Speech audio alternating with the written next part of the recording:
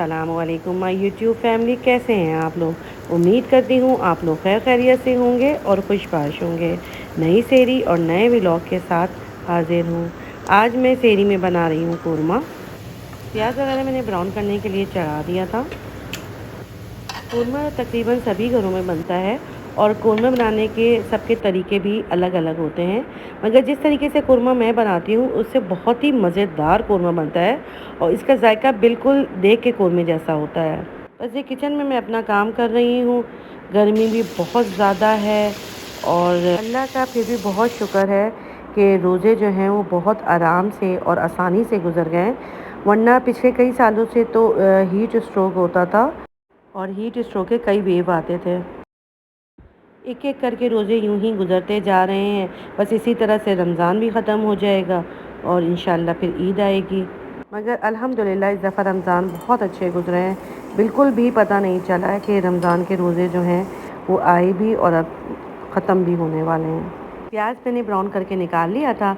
Grinder में मैंने दही ले लिया था और मैंने उसमें कोरमा मसाला डाल दिया था और जो प्याज लाल की हुई थी वो डाल दिया था। उसको ग्राइंडर में पीस लिया था।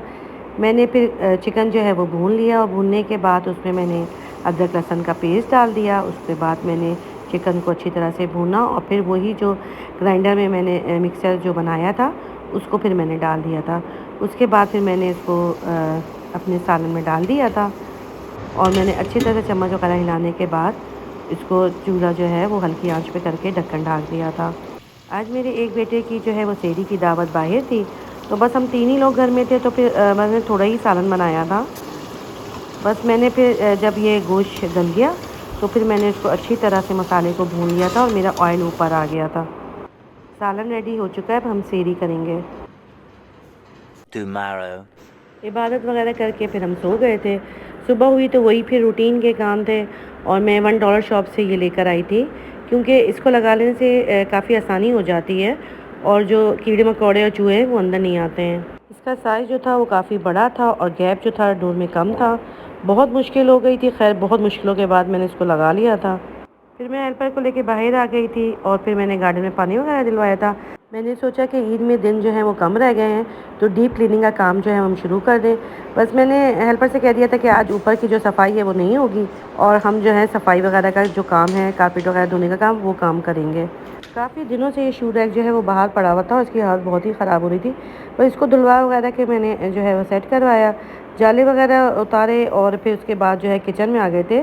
दोनों ने मिलके जो है किचन की क्लीनिंग का काम किया। वो सफाई कर रहा था, मैंने फ्रिज वगैरह हटा के साफ़ वगैरह करवाया, डिस्पेंसर वगैरह हटाया। हालांकि रोज़ इतनी सफाई होती है मगर जब चीज़ें हटाओ तो इतनी गंदगी निकल के आ जाती है और समझ नहीं आता है कि ये गंदगी आई कहाँ से है। अच्छा, जब बच्चे सो रहे होते हैं ना तो उस वक्त बड़ी आसानी होती है सारे काम करने में, क्योंकि फिर ये होता है कि कोई चल फिर नहीं रहा होता है और फिर काम भी आसानी से हो जाते हैं।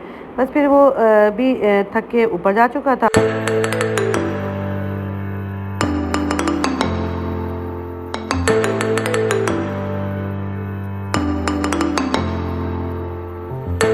फिर मैंने सोचा कि मैं भी फ्रिज के जो अंदर की है वो सफाई कर लूँ, क्योंकि सब्ज़ी वगैरह को उलट पुलट करके उसको सही से रखो तो फिर वो जो चीज़ें ख़राब नहीं होती हैं।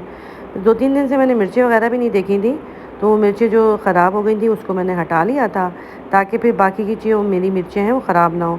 अंदर से सफाई वगैरह करने के बाद फिर मैं भी जो है रूम में आराम करने के लिए आ गई थी। आज मैं काम कर कर के इतना थक चुकी थी कि मेरा मज़ीद काम करने को बिल्कुल भी दिल नहीं था, मगर मुझे हेल्पर के साथ मिलकर कारपेट भी धुलवाना था।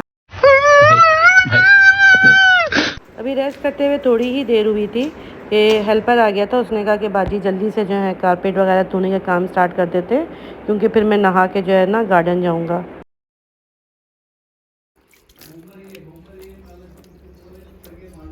हाथ में मेरे काफ़ी दर्द हो चुका था, बस दोनों ने मिलके जो है वो काम स्टार्ट कर दिया था। मैंने कहा कि मैं तो मलने वाला काम नहीं करूँगी, मैं तुम्हें पानी डाल दूँगी और सर्फ वगैरह डाल के दूँगी, तुम अच्छी तरह से उसको मल लो।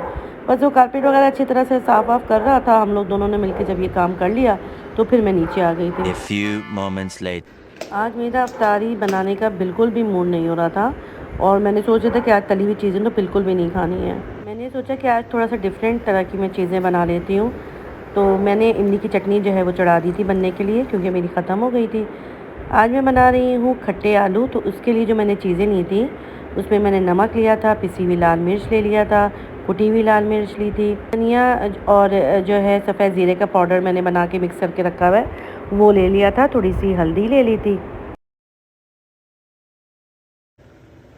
आलू मैंने बॉईल करने के लिए चढ़ा दिया था।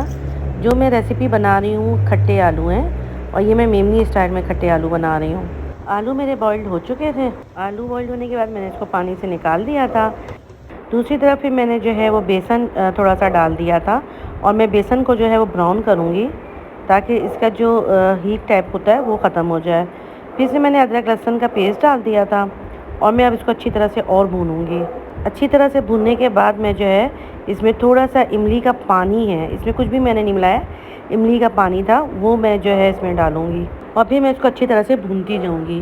बेसन इसलिए डालते हैं ताकि जो है ये मसाला जो है इसमें अच्छी तरह से मिक्स हो जाए और आलू से अच्छी तरह से मिक्स हो जाए। बस इसी तरह से मैं थोड़ा थोड़ा पानी डालती जाऊँगी और इसको भूनती जाऊँगी। उसके बाद मैं इसमें मसाला डाल दूँगी। मसाला डालने के बाद मैं इसको और अच्छी तरह से भूनूँगी और भूनने के बाद मैं इसमें थोड़ा सा ऑयल डालूँगी, थोड़ा सा पानी भी डालूँगी और सफ़ेद ज़ीरा जो है वो भी मैं थोड़ा सा डाल दूँगी। अब मैं इसमें इमली की चटनी डालूँगी और मसाले को फिर मैं अच्छी तरह से और भूनूँगी। थोड़ा सा फिर ऑयल में और डाल दूँगी इसमें। मसाला मेरा अच्छी तरह से भुन रहा है। अब मैं इसमें आलू डाल दूँगी। अब ये जो थोड़ी सी ग्रेवी तैयार हुई है इसमें आलू जो है वो अच्छी तरह से लिपट जाएगा और वो मसाला जो है वो अलग अलग नहीं रहेगा। अब मैं इसमें थोड़ा सा पानी डाल के उसको हल्की आंच पे रख दूँगी।